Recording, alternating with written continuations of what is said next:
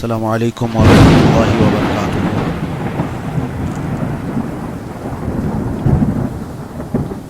الحمد للہ وکفی وسلام علی حبیبہ المصطفیٰ، اما بعد۔ بحمدہ تعالی وبکرم مصطفیٰ صلی اللہ تعالی علیہ وسلم، آج کی اس شب میں قرآن عظیم کے 29 پارے مکمل ہو چکے۔ قرآن عظیم کے مکمل ہونے میں بس ایک پارہ باقی رہ گیا۔ کل کی شب میں انشاءاللہ العزیز ختم قرآن کیا جائے گا۔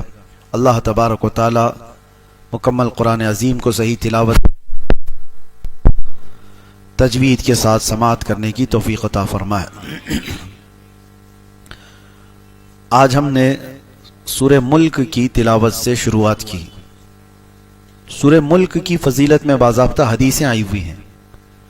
جو بندہ اس کو روزانہ تلاوت کرتا ہے اس کی قبر کو روشن کر دیا جاتا ہے۔ سورہ ملک کو عام زبان میں تبارک بھی کہتے ہیں۔ اکثر آپ دیکھتے ہوں گے بہت سارے جہاں پر کسی کا انتقال ہو جائے اس کے بعد تبارک پڑھانے کا اہتمام ہوتا ہے۔ اس کی فضیلت ہے، جو بندہ روزانہ تلاوت کرتا ہے فرمایا گیا اس کی قبر روشن ہوتی ہے اور نور سے بھر دی جاتی ہے۔ اور ایک روایت یہ ہے جیسے ہی اس بندے کا انتقال ہوتا ہے جو روزانہ سورہ ملک پڑھتا تھا تو یہ سورہ اللہ کے پاس جاتی ہے۔ اس بندے کو ابھی قبر میں رکھا گیا ہوتا ہے جب تک یہ سورہ اللہ کے پاس جاتی ہے اور اللہ سے عرض کرنے لگتی ہے کہ اے مولا، جو مجھے تلاوت کرتا تھا تو اسے بخش دے، اسے جنت عطا کر۔ تو یہ سورہ اللہ تبارک و تعالیٰ سے بحث کرتی ہے۔ یہ لفظ تو یہاں تک بھی آیا ہے، جھگڑا کرتی ہے اور پوچھتی ہے کہ اے اللہ، کیا میں تیرے کلام کا حصہ نہیں ہوں؟ رب تعالیٰ فرماتا ہے کیوں نہیں، تو میرے کلام کا حصہ ہے۔ تو سورہ ملک کہتی ہے اگر میں تیرے کلام کا حصہ ہوں تو مجھے جو پابندی سے پڑھتا تھا اس کی بخشش کر دے۔ تو رب تبارک و تعالیٰ اس کی سفارش پر وہ اتنا بحث کرتی ہے سورہ ملک اپنے رب سے، اور یہ تک بھی کہتی ہے کہ اگر میں تیرے کلام کا حصہ نہیں ہوں تو مجھے اس سے الگ کر دے، اگر اس کی بخشش نہیں ہو سکتی تو مجھے الگ کر دے۔ تو رب تبارک و تعالیٰ اس کی سفارش قبول فرماتا ہے اور فرماتا ہے جاؤ، جو تجھے روز تلاوت کرتا تھا اسے بشارت دے دے، میں نے اسے معاف کر دیا۔ روایت میں یہ ملتا ہے کہ یہ سورہ ملک جیسی ہی یہ خوشخبری سنتی ہے سیدھے جنت میں جاتی ہے، اور جنت میں جا کر وہاں کے بچھونے اوڑھنے اور وہاں کی خوش کرنے والی چیزیں لے کر کے واپس قبر میں آتی ہے میت کے پاس جو اسے تلاوت کرتا تھا، اور آ کر کے جنت کی ہوائیں، خوشبوئیں، بستر، بچھونے سب چیزیں لے کر آتی ہے، اور پھر اس سے کہتی ہے میرے آنے میں دیر تو نہیں ہو گئی، میں تیری بخشش کے لیے اللہ رب العزت کی بارگاہ میں عرض و معروض کر کے آئی ہوں، اور جب تک اللہ راضی نہیں ہوا میں وہاں سے آئی نہیں۔ اب تجھے بشارت ہو کہ قبر میں جنتی بچھونوں پر آرام کر اور ہوائیں جنت کی کھاتا رہے۔ تو سورہ ملک یہ وہ وفا کرنے والی سورت ہے، جب لوگ ہمیں قبر میں تنہا چھوڑ جائیں گے تو یہ سورہ ہے اللہ کریم کی بارگاہ میں ہماری سفارش کر کے ہماری بخشش کا پروانہ لے کر آنے والی ہے۔ کتنا مشکل سے 2 سے 3 منٹ لگتے ہیں اس سورہ کو تلاوت کرنے میں۔ 3 منٹ، آپ کے 3 منٹ یوں ہی چلے جاتے ہیں۔ کسی سے خیر خیریت پوچھتے ہی آپ تھوڑی دیر کھڑے ہو جائیں تو 3 منٹ یوں ہی گزر جاتے ہیں، اور یہ 3 منٹ تلاوت کرنے والی ایسی سورہ ہے۔ آپ کسی خوش الہان قاری سے سن بھی تو سکتے ہیں۔ معمول بناؤ کہ کوئی رات ایسی نہ ہو کہ میں سورہ ملک سنے بغیر سو جاؤں یا پڑھے بغیر سو جاؤں۔ اس کا اثر ایسا نہیں ہے کہ آپ صرف قبر میں دیکھنے والے ہیں، ایسا نہیں ہے کہ صرف قبر کی روشنی کی بات ہے، یہ اللہ کا کلام ہے، زندوں کو بھی زندہ کر دیتی ہے۔ یہ اللہ کا کلام ہے، زندوں کے لیے اترا ہے۔ اس کا جو اجر ہے اور اس کا جو نتیجہ نکلنے والا ہے قبر میں وہ اپنی جگہ پر، لیکن تمہاری حیات میں بھی اس کے اثرات دیکھنے کو ملیں گے۔ سورہ ملک پڑھنے والا، ہمارے بزرگان دین فرماتے ہیں کبھی کوئی حاکم اسے زیر نہیں کر پاتا۔ سورہ ملک جو تلاوت مسلسل کرتا رہتا ہے کوئی حاکم اسے زیر نہیں کر پاتا۔ اس کے سامنے آنے والا وہ اپنے آپ مرعوب ہو جاتا ہے، چاہے جتنا بھی دل میں سختیاں لے کر کے رہتا ہو، اور جب اس کے سامنے آ جائے تو پھر وہ جو ہے نرم پڑ جاتا ہے. خاص طور پر یہ سورہ ملک کے اثرات جو زندگی پر مرتب ہوتے ہیں، بزرگوں نے فرمایا تو مقدمے وغیرہ جب ہوتے ہیں تو بزرگان دین یہ فرماتے ہیں کہ حاکم کے پاس فیصلہ ہونے سے پہلے اس کی تلاوت کر کے جاؤ، تمہارے چہرے پر اللہ تبارک و تعالیٰ رعب رکھتا ہے. بہرحال اس میں جو آیتیں آئی ہیں وہ بھی میں آپ کو سنا دوں کہ اللہ تبارک و تعالیٰ سورہ ملک میں فرما رہا ہے. کیا فرما رہا ہے؟ شروعات یہ تبارک الذی بیدہ الملک وہو علی کل شیء قدیر. بلندی ہے، عظمت ہے اس ذات کے لیے جس کے دست قدرت میں ساری بادشاہت ہے. بیدہ الملک وہو علی کل شیء قدیر، اور وہ ہر ممکن شے پر قدرت رکھتا ہے. الذی خلق الموت والحیات، اسی نے زندگی اور موت کو بنایا ہے. کیوں بنایا؟ لیبلوکم ایکم احسن عملا، تاکہ تمہیں آزمایا جائے تم میں اچھے عمل والا کون ہے. موت اور حیات اللہ نے اس لیے بنائی ہے تاکہ تمہیں آزمایا جائے تم میں سے اچھے عمل والا کون ہے. وہو العزیز الغفور الذی خلق سبع سماوات طباقا، اس نے طبق در طبق 7 آسمان بنائے.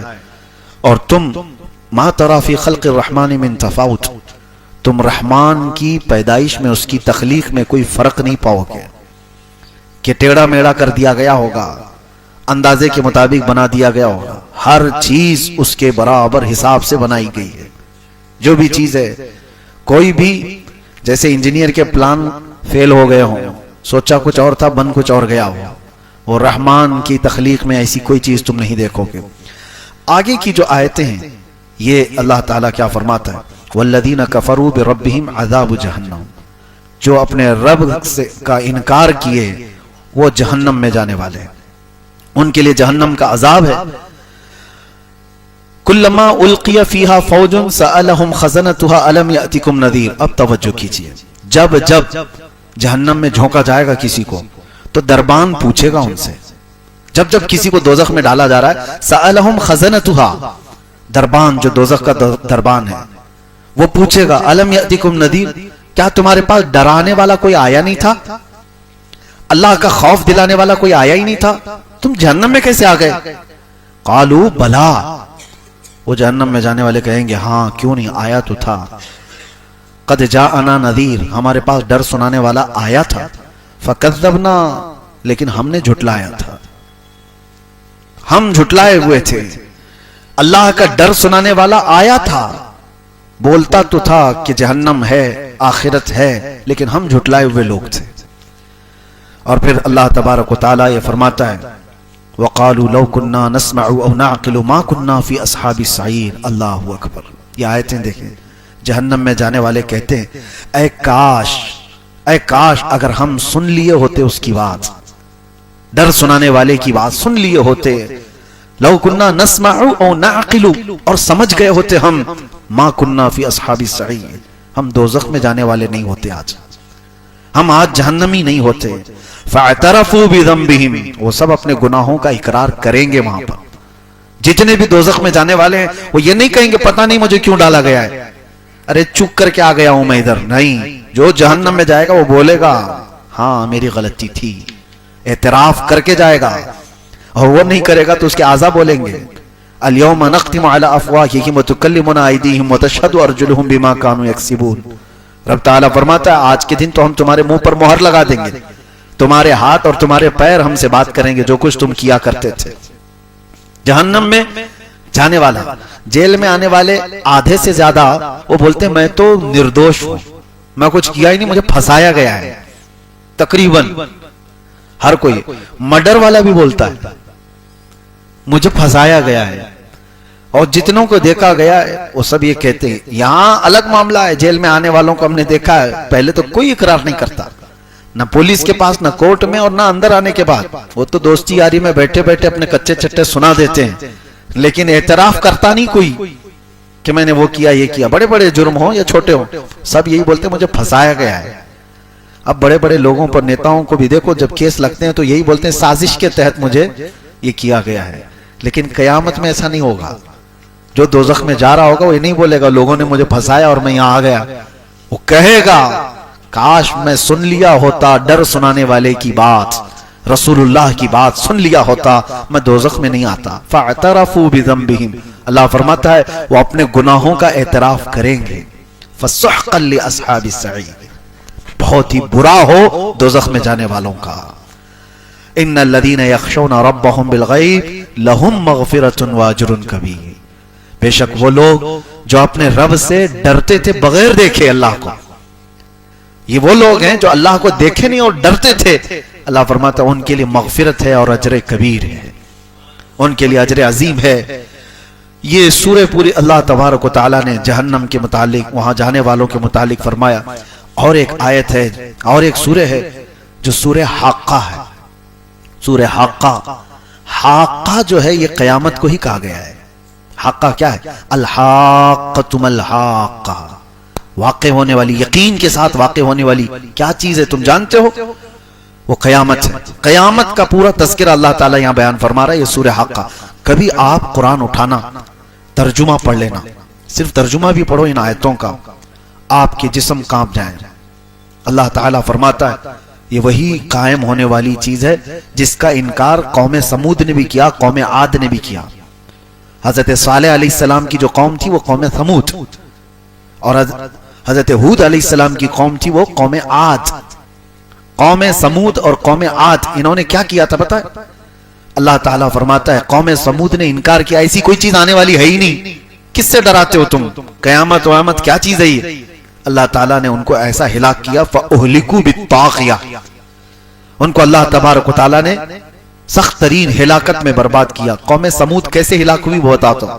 وَأَمَّا عَادٌ فَأُهْلِكُوا بِرِيحٍ صَرْصَرٍ عَاتِيَةٍ، اور قوم عاد اس کو اللہ نے تیز ہواؤں سے ہلاک کیا. ایک کو چنگھاڑ سے، آواز سے. قوم سمود کیسے مری ہے؟ جبرائیل علیہ السلام زمین پر آئے تھے اور انہوں نے ایک آواز لگائی تھی، اور اتنی تیز آواز تھی وہ، اتنی تیز آواز کہ جو آواز بڑھتی بڑھتی گئی تو قوم سمود کے کانوں میں سے بھیجا باہر نکل آیا تھا. آواز میں پاور ہے. آج جو بم پھٹتا ہے نا اس میں بارود کم ہوتا ہے، اس کی جو آواز ہوتی ہے اسی سے ساری چیزیں ٹوٹ جاتی ہیں.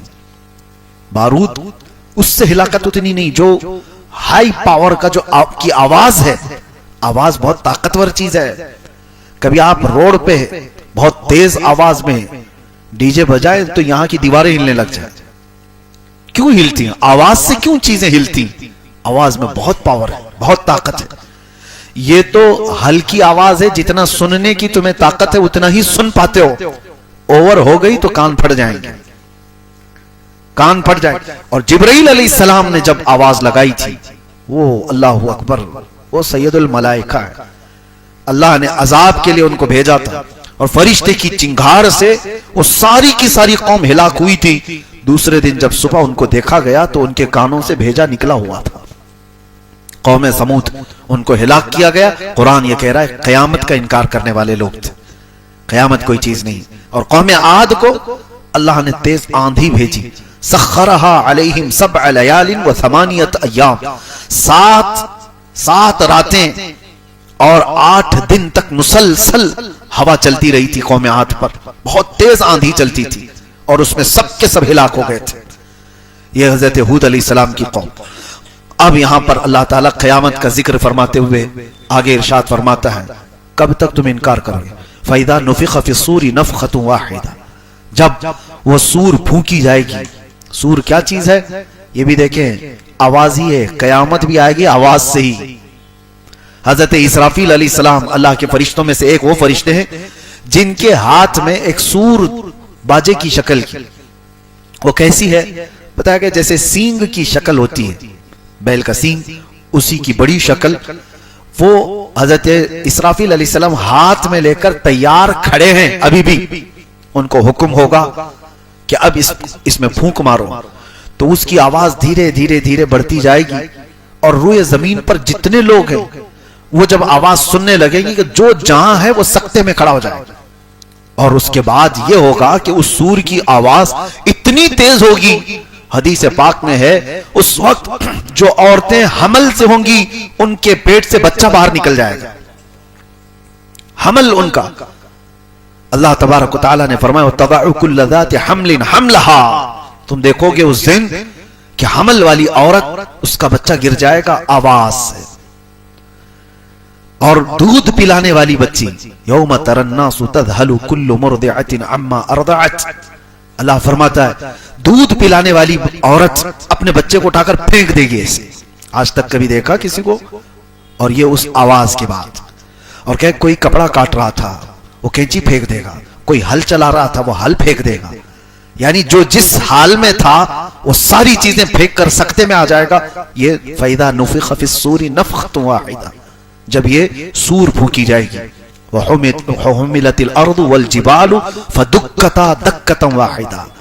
اللہ تعالیٰ فرماتا ہے زمین کو اور پہاڑوں کو ملا دیا جائے گا، اٹھا دیا جائے گا، اور ایسے کہ ایک جھٹکے میں یہ پورے پہاڑ روئی کے پھائے کی طرح سے اڑ رہے ہوں گے. اب یہی آیتوں کی تفسیر پڑھنا ہو تو آگے آپ پڑھو اذا الشمس كورت واذا النجوم انكدرت واذا الجبال سيرت واذا العشار عطلت. اللہ فرماتا ہے پہاڑ چلائے جائیں گے، واذا البحار سجرت، اور سمندروں میں آگ لگائی جائے گی، تارے ٹکرا دیے جائیں گے، چاند اور سورج پھٹ جائیں گے. کیا ہوگا اس وقت؟ اور رب تعالیٰ فرماتا ہے فَيَوْمَئِذٍ وَقَعَتِ الْوَاقِعَةُ، پھر وہ واقع ہونے والی چیز تو واقع ہو کر رہے گی، کچھ نہیں کر پاؤ گے. وَالْمَلَكُ عَلَىٰ أَرْجَائِهَا وَيَحْمِلُ عَرْشَ رَبِّكَ فَوْقَهُمْ يَوْمَئِذٍ ثَمَانِيَةٌ. اس دن اللہ تعالیٰ کا عرش اٹھانے والے 8 فرشتے ہوں گے جو رب کا عرش اٹھائے ہوئے ہوں گے. یہ قیامت کا تذکرہ چل رہا ہے، توجہ. یومئذ تعرضون لا تخفى منکم خافیہ، تم کو پیش کیا جائے گا قیامت کے دن، تم سب اٹھائے جاؤ گے اور کوئی چیز تمہاری چھپائی نہیں جائے گی، کوئی چیز نہیں چھپائی جائے گی، ہر چیز کے ساتھ تم قیامت کے دن آؤ گے. اب سنو جو آیتیں جھنجھوڑتی ہیں، کیا ہے؟ فَأَمَّا مَنْ أُوتِيَ كِتَابَهُ بِيَمِينِهِ. اللہ فرماتا ہے جو جس کے ہاتھ میں اس کا نامہ اعمال سیدھے ہاتھ میں دے دیا گیا. فَأَمَّا مَنْ أُوتِيَ كِتَابَهُ بِيَمِينِهِ، سیدھے ہاتھ میں جس کا نامہ اعمال پکڑا دیا گیا. فَيَقُولُ هَاؤُمُ اقْرَءُوا كِتَابِيَهْ، وہ تو خوشی میں سب کو پکار کر کہے گا آؤ آؤ میرا اعمال نامہ پڑھ لو. خوشی میں کہے گا اے کاش ان لوگوں میں ہمارا شمار ہو. رب تعالیٰ فرماتا ہے وہ کہے گا ہاؤم اقرؤوا کتابیہ، پڑھو تم لوگ بھی پڑھو، میرا نامہ اعمال مجھے رب نے آج سیدھے ہاتھ میں دیا ہے.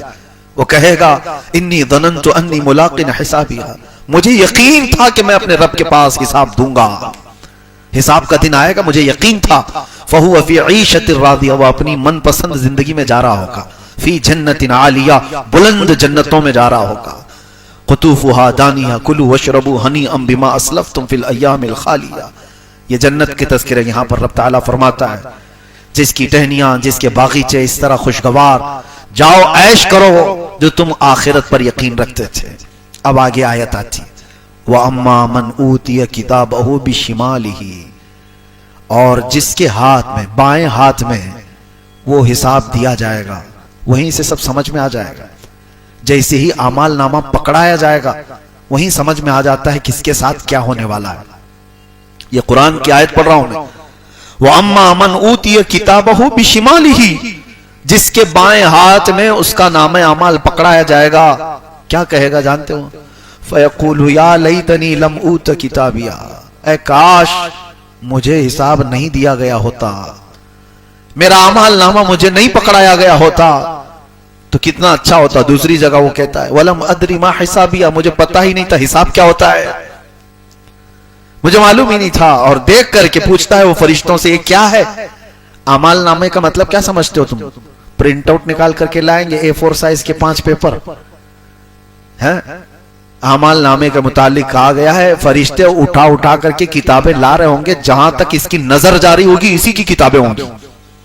وہ پوچھے گا یہ کیا ہے؟ کہا جائے گا تیری پوری زندگی کا لکھا ہوا ہے، جہاں تک نظر جا رہی ہے. ایسا نہیں کہ یہ پورا بھر جائے گا، فرمائے گا جہاں تک تمہاری نظر جا رہی ہے تمہارے اعمال سے بھری ہوئی کتابیں فرشتے اٹھا کر لا رہے ہوں گے. وہ پوچھے گا اتنا سب میرا ہے؟ کہاں تیرا ہے؟ سنانا ہوگا، 400 سال لگ جائیں، 500 سال لگ جائیں، سنانا ہے تجھے آج. پھر وہی بندہ یہ کہتا ہے، اس کا جملہ رب تبارک و تعالیٰ نے قرآن میں کیا فرمایا؟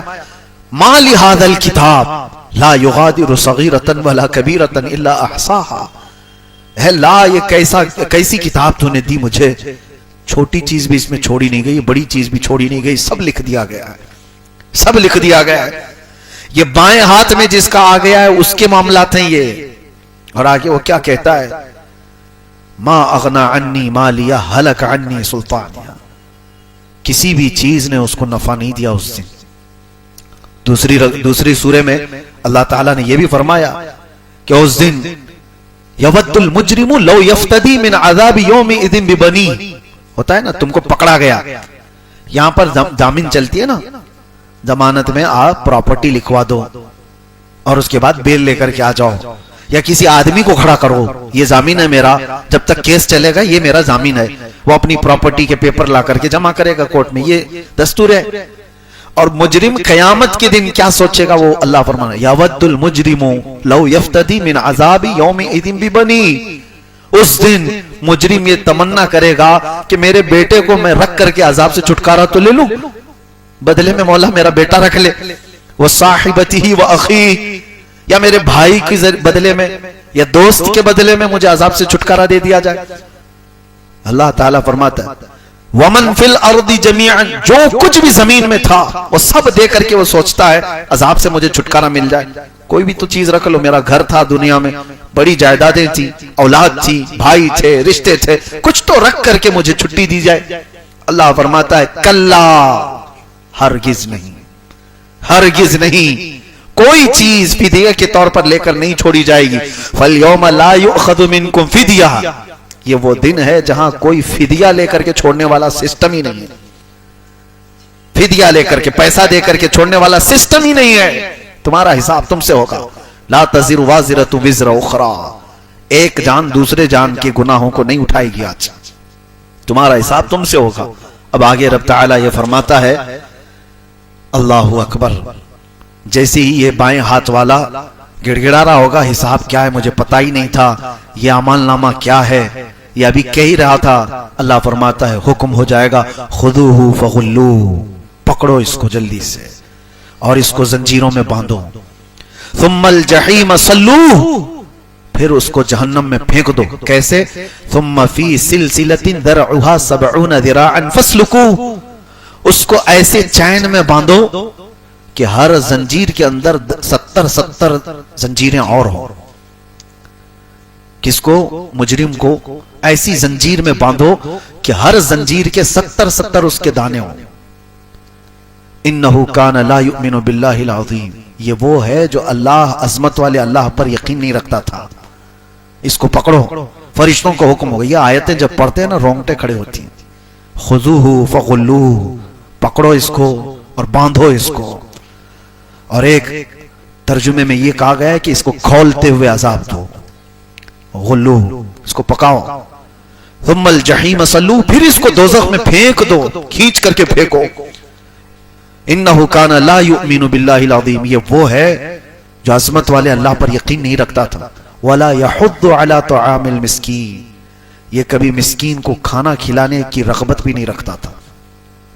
فلیس لہ اليوم ہاہنا حمیم، آج اس کے لیے یہاں پر مائے حمیم کے علاوہ کچھ نہیں ہے۔ اب سنو مائے حمیم کیا ہے، جہنم کا وہ پانی جو سارے مجرموں کا پیپ جو نکلا ہوگا اس کو کھولایا جائے گا، پکایا جائے گا، جو زخموں سے پیپ نکلتا ہے اس کو کھولایا جائے گا، اور یہ جہنمی کو پینے کے لیے دیا جائے گا۔ تو کہا گیا اتنا کھولتا ہوا ہوگا، اتنا گرم کہ وہ ابھی مٹکا اٹھایا ہوگا کہ اس کی گرمی سے اس کا نیچے کا ہونٹ جھلس کے زمین تک لٹک جائے گا، یہ مائے حمیم۔ اللہ فرماتا ہے فلیس لہ اليوم ہاہنا حمیم، آج کے دن اس کو حمیم کے علاوہ کچھ نہیں دیا جائے، حمیم دو اس کو۔ اور وہی پانی کو جب وہ نگلنے کی کوشش کرے گا، ایک تو ہونٹ لٹک کر کے گر گیا اس کے جھلس کر تپش سے، اور جیسے ہی وہ اندر ڈالتا ہے فرمایا گیا کہ پیٹ میں جاتے ہی اس کی انتڑیاں پیچھے کے مقام سے نکل جائیں، یہ حمیم جس کا ذکر اللہ فرما رہا ہے۔ وَلَا طَعَامٌ إِلَّا مِنَ غِسْلِينَ، اور غسلین کے علاوہ کھانے کی کوئی چیز اس کو نہیں دی جائے گی، اور یہ ایک تھوڑ کا پھل وہاں پر دیا جائے گا، زقوم اس کو کہا گیا ہے، ان شجرۃ الزقوم